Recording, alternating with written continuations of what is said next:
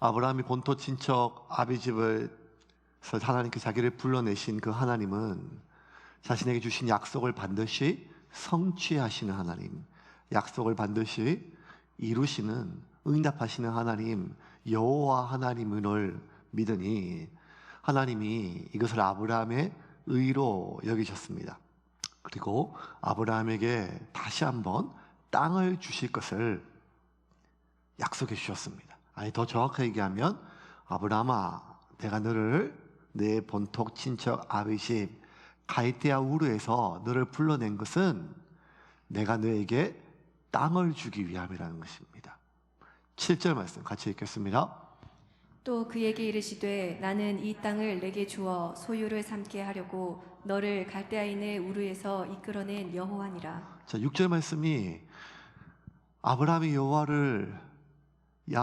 하나님을 믿으니 하나님이 이를 아브라함의 의로 여기시니라 하면서, 아브라함을 의로 여기시고 바로 하신 말씀이 뭔가 하면, 이 하나님이 아브라함아, 네가 나를 이제 진짜 믿냐? 그러면 내가 너를 그 갈대아 우르에서 너를 이까지 부른 이유는 내가 너에게 땅을 주기 위함이라는 것이었습니다. 이 이야기를 들은 아브라함이 다시 한번 하나님께, 하나님 제게 땅을 주신다고, 특별히 지금 내가 살고 있는 이 땅을 주신다고 몇 번이나 얘기하셨는데, 하나님, 제가 그 약속을 어떻게 믿을 수 있겠습니까? 이 아브라함의 그 약속에 대한 보증을, 좀 뭔가 확실한 보증을 좀 세워달라고 하는 그 아브라함의 요청에 하나님은 아브라함의 불신앙으로 보지 아니하시고 아브라함과 계약을 맺으세요. 무슨 말인가 하면, 우리 계약서 쓰자, 네가 그래 계약서 쓰자 하면서 아브라함과 계약을 맺으십니다. 공식적인 계약을 맺으신 게 오늘 본문입니다. 8절과 9절 말씀 같이 읽겠습니다. 그가 이르되 주 여호와여, 내가 이 땅을 소유로 받을 것을 무엇으로 알리이까? 여호와께서 그에게 이르시되 나를 위하여 3년 된 암소와 3년 된 암염소와 3년 된 순양과 산비둘기와 집비둘기 새끼를 가져올지니라. 구두로 하는 약속은 의미가 없습니다. 문서로 적어야 됩니다. 그래서 제가 교회에 오시는 분들에게 가장 중요하게 여기는 것은 계약서 등록입니다. 말씀의 은혜를 받았습니다, 교회 참 좋아요, 다 소용이 없습니다. 계약서에 사인할 때까지 저는 그 말을 못 믿습니다. 우리가 어떤 중요한 계약을 할 때 지금도 어떤 변호사나 또 법무사나 법률가나 또 공인중개사나 이런 법적인 권한을 가진 사람의 도움을 받아서 계약서를 작성하지 않습니까?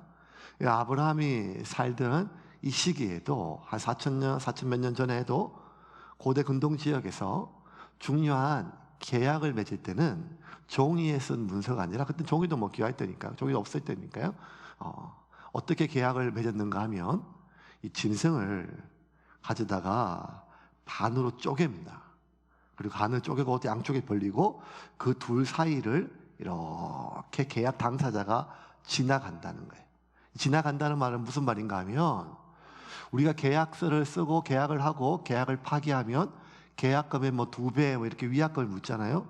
그런데 이 당시에 계약을 맺었음에도 불구하고 계약을 파기하면 그 위약금이 뭔가 하면, 이 쪼개진 짐승처럼 너도 쪼개진다는 거예요. 그러니까 무시무시하죠. 그러니까 죽음의 서약이고, 가장 반드시 이 약속은 지킨다고 하는 그 계약이 이 지금 아브라함과 하나님이 공식적으로 맺는 짐승을 쪼갠 사이에 서로 지나가시는 그러한 언약을 맺는 것입니다. 근데 사실은 이게, 여러분, 하나님은 굳이 이렇게 하실 필요가 없어요. 왜냐하면 계약은 당사자인데, 지금 아브라함은 하나님께 하는 게 없거든요. 하나님 일방적으로 준다는 거예요. 그런데도 불구하고 하나님이 아브라함에게 마음에 확실한 보증을, 마음에 확실한 무언가 증표를 갖게 하기 위해서 이 계약을 지금 실행하십니다. 10절입니다. 같이 읽겠습니다. 아브라함이 그 모든 것을 가져다가 그 중간을 쪼개고 그 쪼갠 것을 마주 대하여 놓고 그 새는 쪼개지 아니하였으며 자, 쪼갰어요. 쪼개놓고 계약을 어기면 이렇게 쪼개질 것입니다 하는 어떤 그런 중요한 의식입니다. 쪼개놓고 이제 그 사이를 지나가야 되는데 이상한 일인지 아브라함이 잠깐 잠이 들었어요. 잠을 잘 수 있는 상황이 아닌데 잠을 들었는데 잠 가운데 깊은 두려움이 그에게 임했습니다. 12절과 13절입니다. 같이 읽겠습니다. 해질 때에 아브라함에게 깊은 잠이 임하고 큰 흑암과 두려움이 그에게 임하였더니 여호와께서 아브라함에게 이르시되 너는 반드시 알라 내 자손이 이방에서 객이 되어 그들을 섬기겠고 그들은 400년 동안 내 자손을 괴롭히리니 자, 하나님이 이 땅을 지금 주신다고 약속하고 계약까지 하시는데 언약까지 하시는데 하나님이 갑자기 말을 좀 바꾸시는 듯한 느낌이 있어요. 이게 뭔 말인가 하면 지금 바로 주는 건 아니다. 400년 뒤에 네 후손이 받을 것이다. 400년 동안은 네 후손이 이방에서 객이 될 것이다. 종이 될 것이다.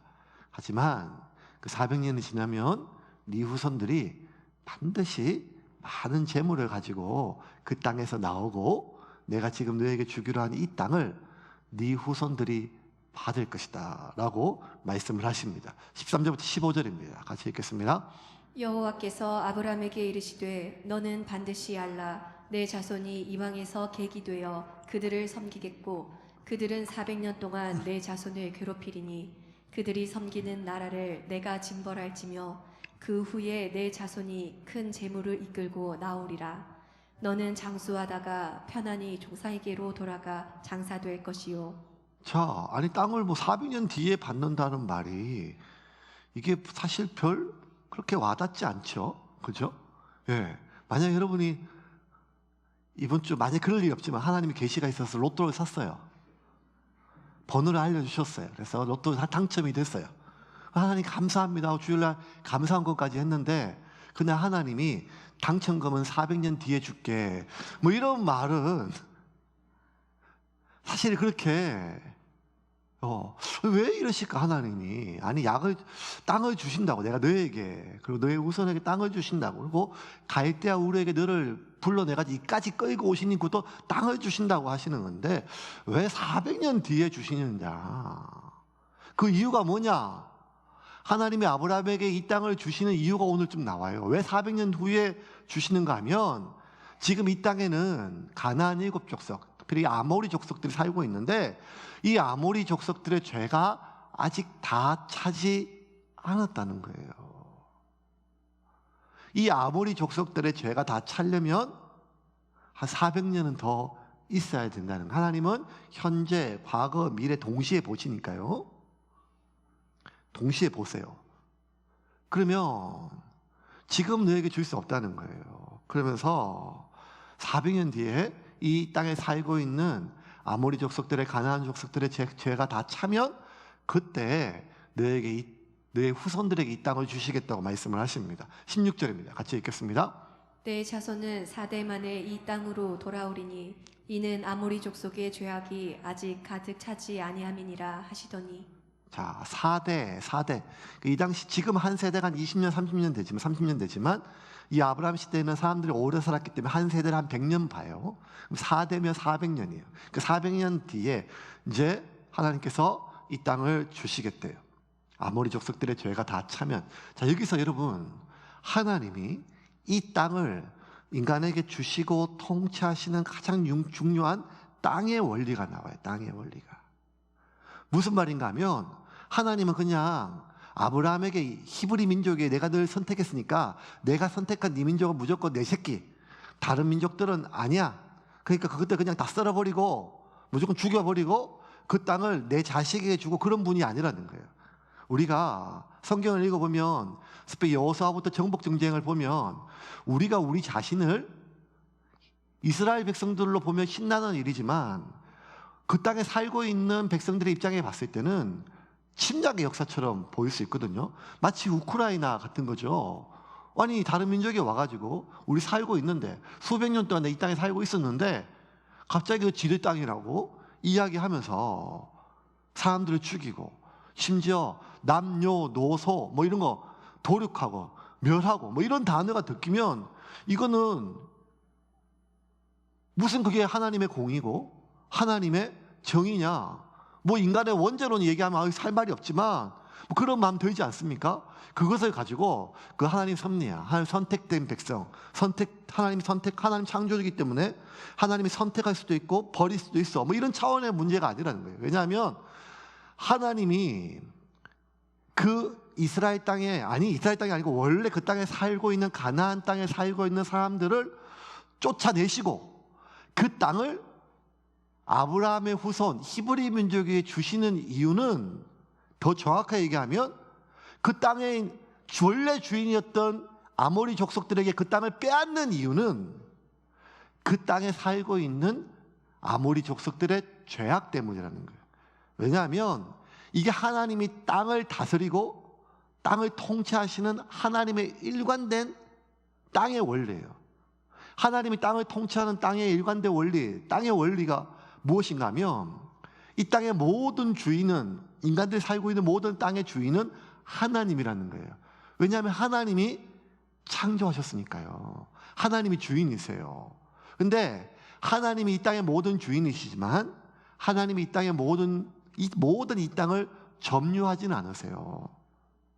어떤 특정 민족, 특정 공동체에게 이 땅에 거주할 수 있도록 기회를 주시고 허락을 하세요. 하나님이. 그러면 지금 그 땅에 살고 있는 거주민들은 이 땅에 지금 내가 주인으로 살고 있는 게 아니라 임차인으로 살고 있는 거예요. 임차인. 우리 교회가 지금 여기 임차인이죠. 매달 월세를 낸단 말이에요. 네, 매달 월세를 낸단 말이에요. 그러니까 주인으로 살고 있는 게 아니에요. 내가 조상 대대로부터 받았던 땅이다 이게 아니라 이 땅의 주인은 조상이 몇 대를 거치든지 간에 이 땅의 주인은 하나님이고 우리는 이 땅에 임차인으로 살고 있다는 거예요. 그러면 이 땅의 주인이신 하나님은 그 임차인으로 그 사람의 그 민족이 그 공동체가 사는 것을 허락하시고 월세를 받으세요. 임대료를 받으세요. 근데 그 임대료를 뭘로 받으시는가 하면 돈이나 뭐 11조나 뭐 이런 게 아니라 하나님이 그 땅에 원하시는 소출이 있어요. 그게 뭔가 하면 하나님의 정의와 하나님의 공의예요. 하나님의 정의와 하나님의 공의. 여러분 이 하나님의 정의, 공의, 뭐 공도라 번역하기도 하고 저 공의라고 하는데 이게 하나님이 이 땅에서 이루어지기를 원하는 소출이에요. 그래서 여러분 구약에 보면 선지자들이 계속 얘기하는 게 뭔가 하면 정의를 하수같이 공법을 물같이 이 땅에 하나님의 정의가 무너졌다, 이 땅에 하나님의 공의가 무너졌다, 뭐 수많은 어떤 그러한 이 선지자들의 일관된 메시지가 뭔가 하면 하나님의 정의와 하나님의 공의예요. 이 하나님의 정의와 하나님의 공의, 하나님은 이 정의, 하나님의 정의와 하나님의 공의가 이 땅에 이루어지는 것, 그렇게 실행되는 것을 임대료로 여기시고 받기를 원하신다는 거예요. 그러면 하나님의 정의가 구체적으로 뭔가, 그러니까 미시파트라고 하는 히브리어인데요. 그 다음에 하나님의 공의는 ጼ데크, 이 두 가지를 기억하셔야 돼요. 미시파트는 뭔가 하면 쉽게 얘기하면 사법적 정의예요. 모든 법이 만민 앞에 평등하게 이루어지기를 원하는 거예요. 여러분 하나님이 히브리 민족을, 히브리 종놈들을 불러가지고 제일 먼저 시내산에서 언약을 맺으시고 제일 먼저 한 게 뭔가 하면 십계명, 법을 주신 거잖아요. 법. 하나님, 이 히브리 민족, 하나님께서 히브리 민족을 부르셔서 가장 먼저 한 게 뭔가 하면 법을 주신 거예요. 이제는 너희들의 욕망이 아니라 이 나의 법에 따라서 너희들이 살아든 거예요. 그런데 이 하나님의 법은 모든 사람이 평등하라는 거예요. 사법적 정의가 이루어지는 거예요. 그런데 여러분 세상은요 그때나 지금이나 지금까지 보면 모든 사람이 만민이 법 앞에 평등하지가 않아요.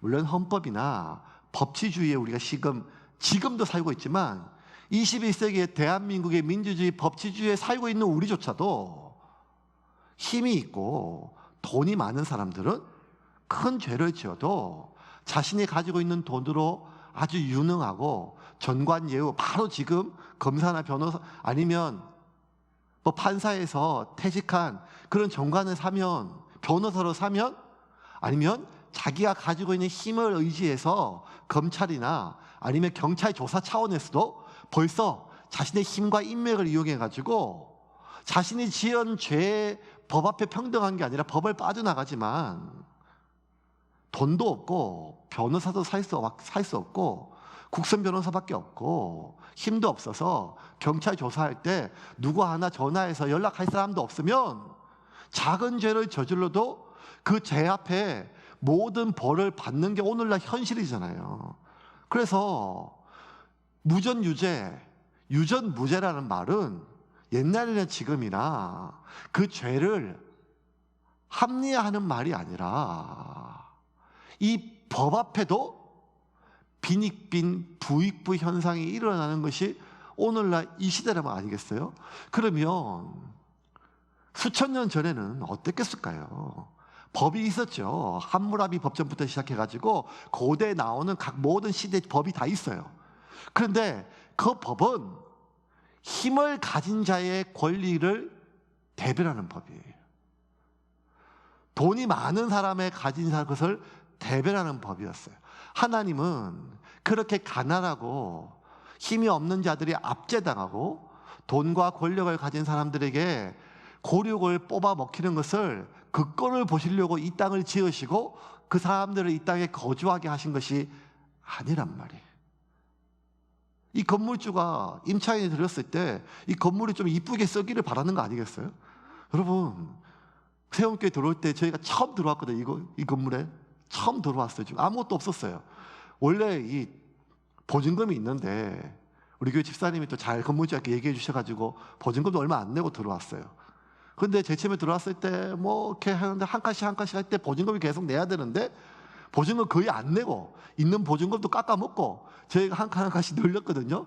그 중에 뭘로 받는가 하면 건물을 이쁘게 꾸며서요. 이렇게 자, 저들이 돈도 없는 것 같은데 건물을 잘 이렇게 예쁘게 꾸미고 또 사람들도 왔다 갔다 하고 또 이렇게 젊은 사람도 왔다 갔다 하고 그러니까 자기 건물을 좀 이렇게 이쁘게 꾸미고 오자마자 옥상에 데크를 꾸미고 이렇게 옥상을 볼 수 있게 하고 하니까 건물주가 참 좋은 모양이에요. 근데 저희가 오자마자 건물을 막 그냥 부수고 쓰레기를 막 채우고 막 이랬다면 아마 쫓겨나든지 아니면 여기밖에 못 썼을 가능성이 많죠. 하나님은 이 땅을 만들 때 이 땅을 주었지만 그들이 이 땅을 하나님이 원하시는 아름다운 하나님이 구상하시는 세상이 있었거든요. 그게 뭔가 하면 모든 사람이 법 앞에 평등하기를 원하셨어요. 그런데 그 하나님의 미시파트가 이루어지지 않았으면 하나님은 임대료를 부여받지 않는 걸로 여기시는 거예요. 또 하나가 제데크. 제데크가 뭔가 하나님의 공의는 뭔가 하면 사람이 사람을 형제로 대하는 거예요. 형제로 대하는 거예요. 여러분, 우리가 왜 사람들을 속이고 사기를 치고 그에게 무언가를 빼앗는가 하면 남이기 때문에 그래요. 자기 형제한테, 물론 형제한테 또 보증서기 안 쓰고 사기치는 사람도 있겠지만 자기 형제나 고륙한테 그렇게 하는 사람은 없죠.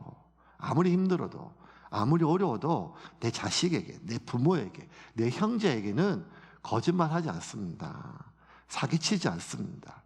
그런데 우리가 내가 접하고 내가 만나는 많은 사람들을 나와 상관없는 타인이라 생각하니까 나의 이익을 위해서 거짓말을 해요. 사기를 쳐요. 나의 힘을 이용해서 억압해요.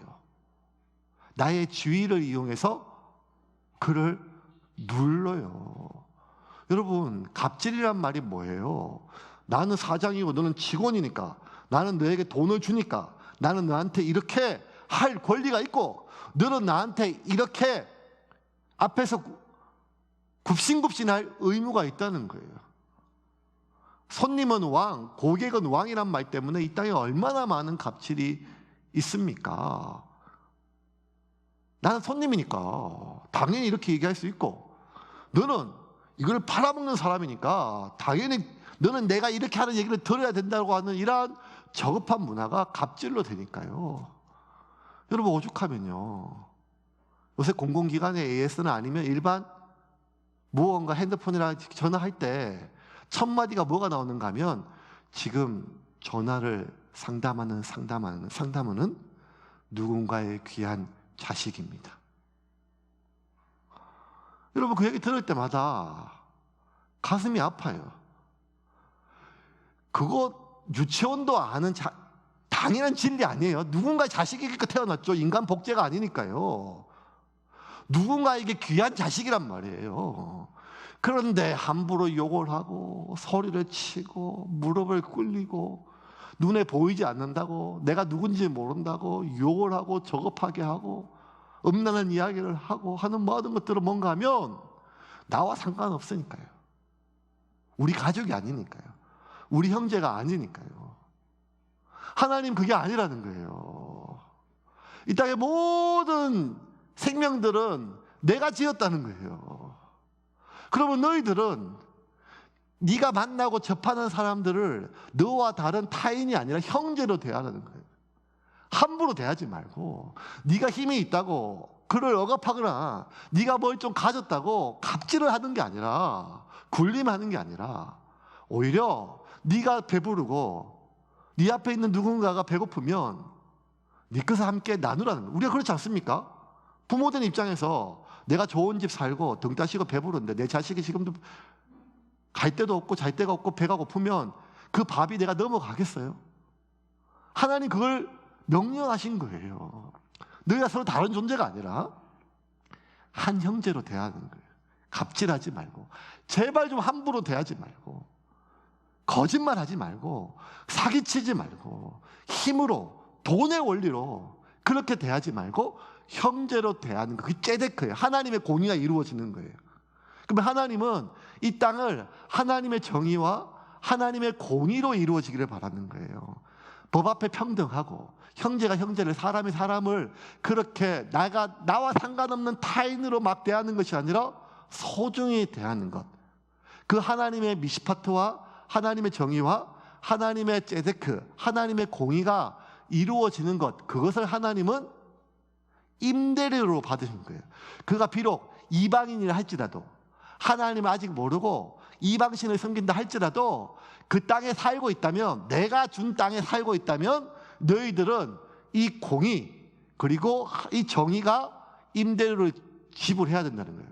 그런데 그 땅에 살고 있는 거주민들이 하나님께 그 미시파트와 째데크라고 하는 임대료를 지불하지 않아요. 힘으로 다스리고 돈으로 갑질을 하고 사람을 속이고 법에 저촉되고 잡혀가지만 않으면 괜찮다고 여기는 이러한 마음이 팽배해지면 하나님 어떻게 하는가 하면 임대료를 하나님의 선지자들을 보내서 촉구해요. 정의를 바로 세워라. 너희 왕들아, 너희 제사장들아, 너희 귀족들아, 민초들의 고륙을 그만 빨고 그들을 섬겨라. 이렇게 하나님께서 계속 선지자를 통해 가지고 하나님의 임대를 요구하는데 그들이 내지 않아요. 그리고 반복해서 요구했음에도 불구하고 그들이 더 이상 하나님께 이런 임대료를 낼 마음이 없음을 판명되면 하나님은 그 임차인을 하나님의 땅에서 몰아내시고 다른 임차인을 들이신단 말이에요. 그러면 오늘 이 본문은 하나님이 갈대아 우르에서 아브라함을 이 땅에 부르신 이유고, 이 땅을 아브라함의 자손들에 주고 400년 뒤에 주신다는 이 말은 무엇인가 하면, 그 땅에 기존에 살고 있던 그 아모리 족속들의 하나님이 요구하시는 임대료, 하나님의 공의와 하나님의 정의를 지불하지 않고 이 땅을 힘의 논리, 돈의 논리, 욕망의 논리, 압제의 논리로 하는 것을 하나님 더 이상 용납하지 않고 그 땅의 임차인을 바꾸기를 결심하신 거예요. 새로 들어올 그러한 임차인이 바로 아브라함의 자손이라는 거예요. 그래서 여러분, 하나님은 당신이 택했기 때문에 내가 택했던 모든 백성은, 내 새끼는 다 이쁘고 이 새끼를 위해라면, 내 자식을 위해서라면 다른 모든 자식들은 죽이거나 멸하거나 아무 상관없고 강제로 도륙하고 그런 분이 아니라는 거예요. 하나님은 하나님을 믿든 안 믿든 이 땅에 대한 하나님의 공평한 하나님의 정의와 하나님의 공의가 이루어지기를 바라셨어요. 근데 가나안 족속들은 그러지를 않았습니다. 여러분, 우리가 출애굽을 읽을 때, 성경을 읽을 때마다 하나님에 대한 오해들이 있습니다. 그 오해를 우리가 풀기를 원할 뿐만 아니라 하나님이 풀기를 원하시죠. 지금 특별히 이 성경을 가장 먼저 쓰고 있는, 창세기 기록하고 있는 모세는 지금 애굽에서 400년 동안 노예로 살고 있다가 가나안 땅에 들어갈 히브리 민족들에게 해주는 거예요. 야, 저 땅 우리가 주인으로 가는 게 아니야. 저 가나안 족속들은 그냥 하나님께서 우리에게 저 땅을 주시려고 다 죽이는 게 아니야. 하나님이 이 땅에 우리를 보내신 이유는 이 하나님이 주신 이 하나님의 법이, 말씀이 온전히 모든 사람 앞에 평등하게 실행되고 형제가 형제를 대하듯이 서로가 서로를 존중히 여기는 사회를 건설하기 위함이야 라고 하나님에 대한 올바른 인식을 심어주고, 그들이 수백 년 동안 가지고 있었던 신에 대한 개념, 수많은 이방신에 대한 개념으로부터 하나님을 유추하고 하나님을 예상하는데, 하나님은 그런 이방신과 다르다, 하나님에 대한 오해를 풀어주기 위해서 지금 이 성경을 쓰고 있는 거거든요.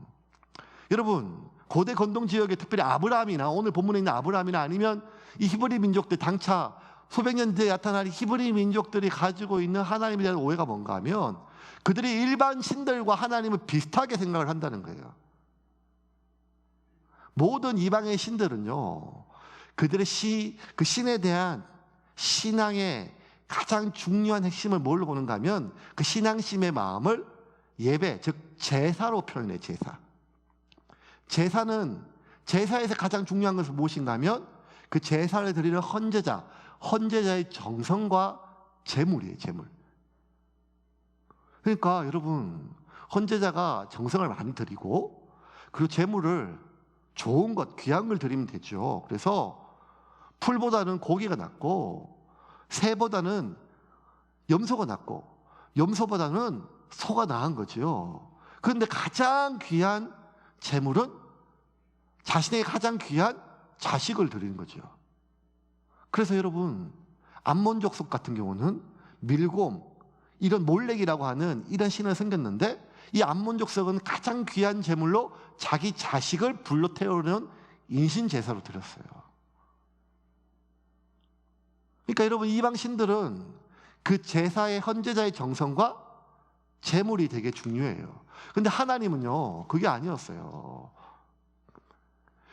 헌제자가 드리는 제물보다 하나님이 더 여기에 귀하게 여기는 건 무엇인가 하면, 그 제물을 제단까지 가져올 때까지의 그 헌제자의 삶을 더 귀하게 여겼단 말이에요. 이게 하나님의 처음부터 제사의 방식이었어요. 우리가 여러분 창세기 지금 계속 보잖아요. 성경에 나타난 최초의 제사가 가인의 제사잖아요. 근데 가인의 제사를 하나님이 받지 않으셨어요. 왜? 그것을 무슨 가인의 제사가 피의 제사가 아니고 곡식이가 이렇게 하면 안 돼요.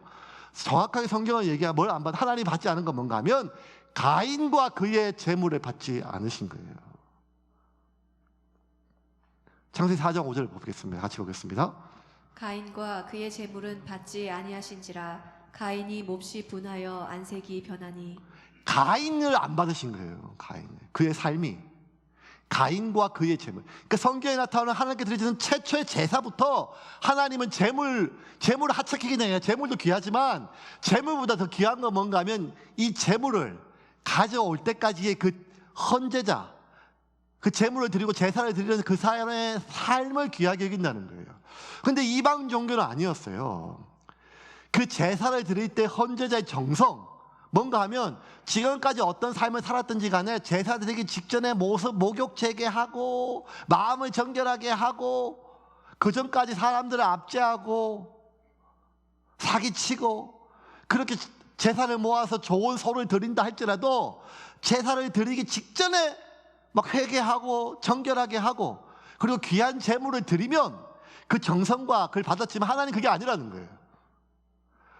네가 지금 제사를 드리는 이 순간에 아무리 정성을 들여도 아무리 비싸고 귀한 걸 드린다 할지라도 이 제물을 드리기 오기 전까지 너의 삶이 미시파트, 제데크, 하나님의 정의와 하나님의 공의로 사람을 함부로 대하고 소중히 여기지 않고 거짓말하고 위선으로 그렇게 온갖 편법으로 살아왔다면 너와 너의 재물을 받지 않는 것, 이게 처음부터 하나님의 제사를 드렸던 원칙이었어요.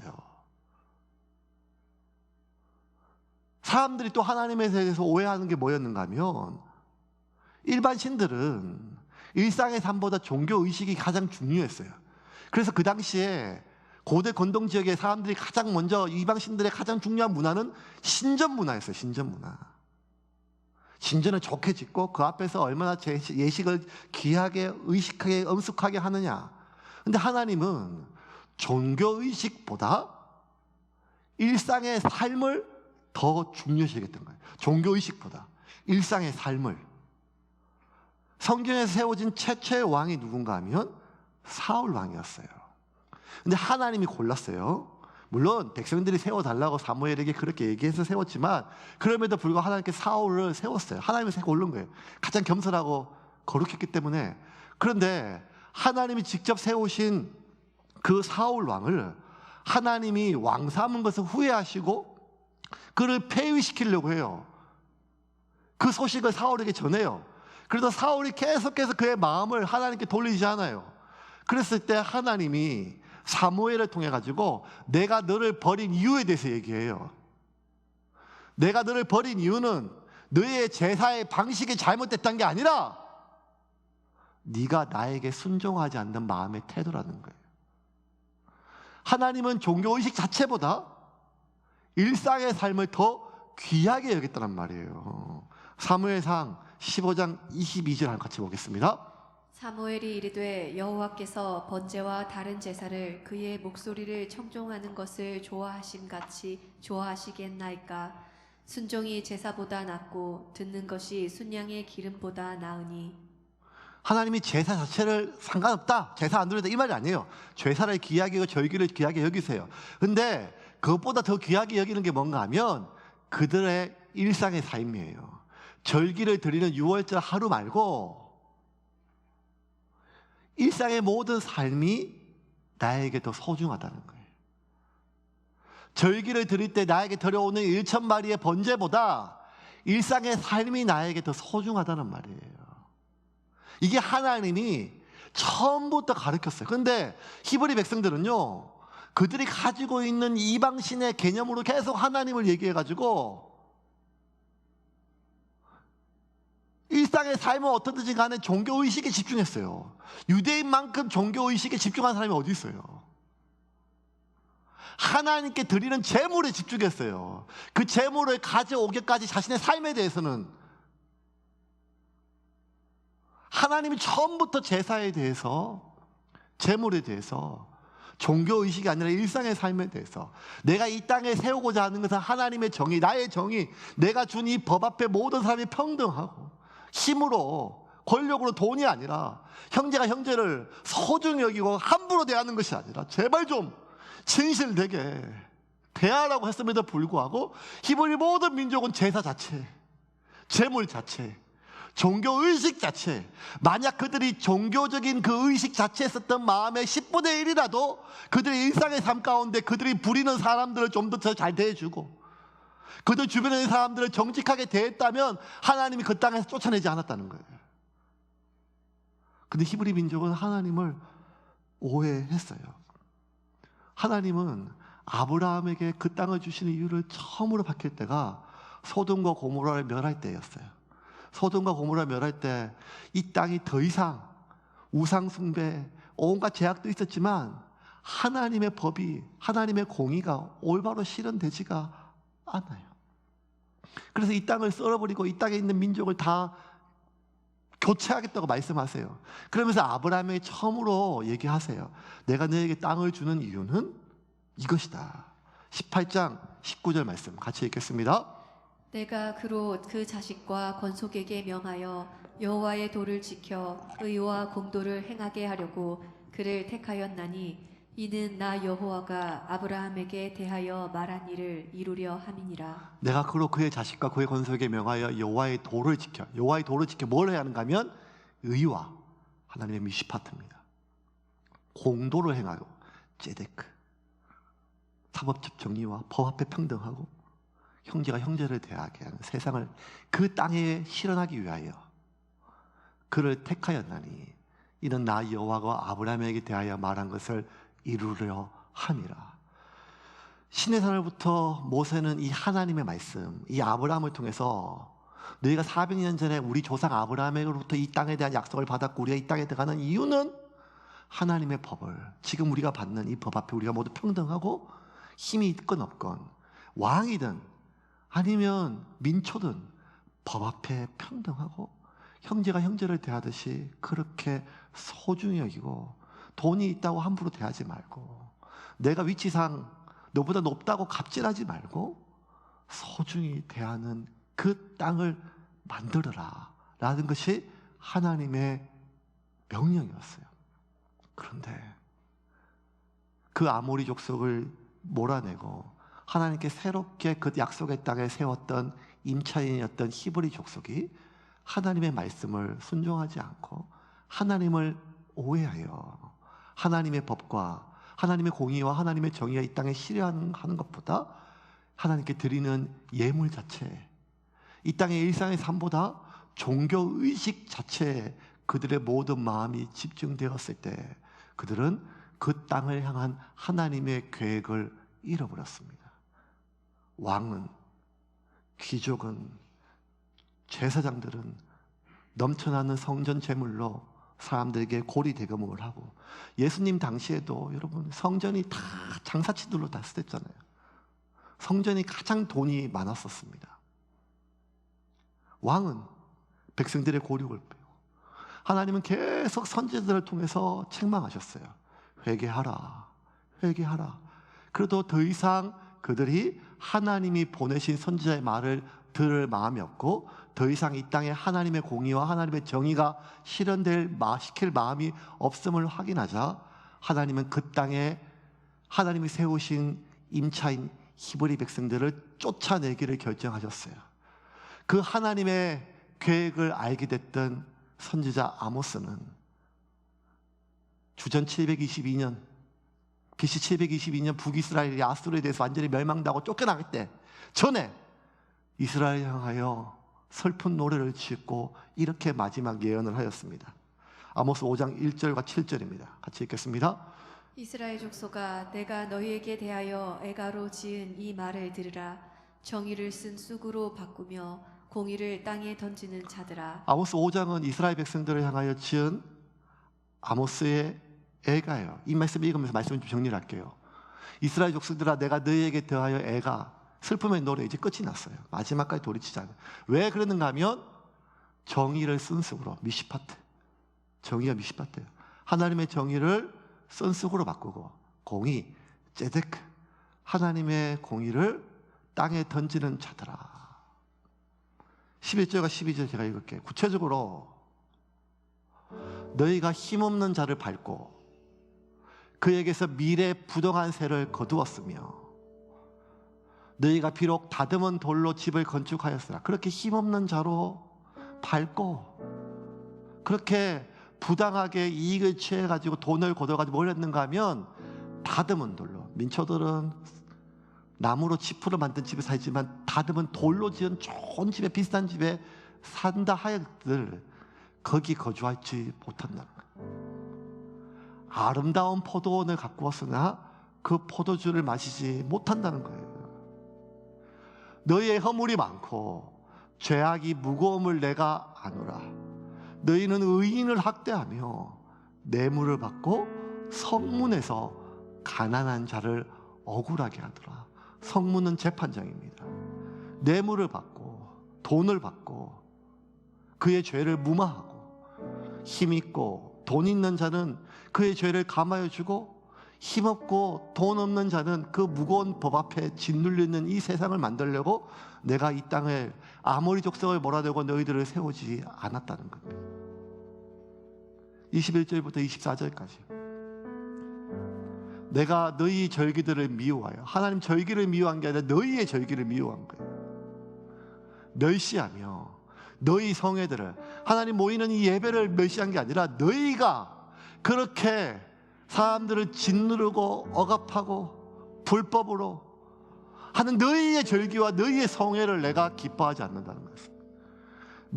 너희가 내게 번제나 소제를 드릴지라도 내가 받지 아니할 것이요, 너희의 살찐 희생의 화목제도 내가 돌아보지 아니하리라. 내 노래소리를, 너희가 아는 그 찬양이 내가 힘들다는 거예요. 거치라. 내 비파 소리도 내가 듣지 않을 것이다. 오직 정의를, 미시파트가 정의를 물같이, 강같이, 바다같이, 공의를, ጼ데크, 형제가 형제를 대하듯이 사람을 소중히 대하는 이 공의를 마르지 않는 강같이 흐르게 할지니라. 이게 하나님이라는 거예요. 그래서 여러분, 이 땅에 세워지는 하나님의 나라는요,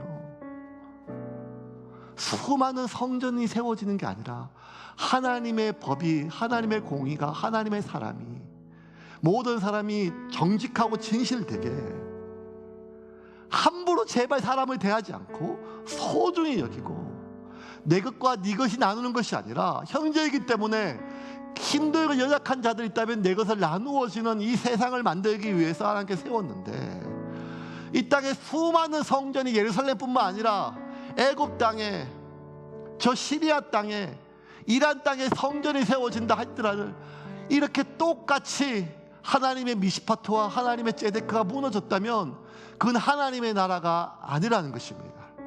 선교 역시 그 땅에 십자가를 꽂고 교회를 세우는 것이 아니라 그 땅에 하나님의 입으로 세워진 하나님의 법이 올바로 세워지고, 그 땅에 살아가는 하나님의 사람들이 하나님의 법 때문에 사람을 함부로 대하지 않고 거짓말하지 않고 진실되고 정직하게 대했을 때, 소중히 여겼을 때, 네 것과 내 것, 우리 교회 네 교회가 아니라 그렇게 대했을 때 그 하나님의 나라가 세워진 것을 보고 하나님께 돌아오게 하기 위하여 하나님의 법이, 선교가 세워지는 것입니다. 이 땅에, 수많은 땅에 십자가가 세워지고 세계 곳곳에 십자가가 세워지고,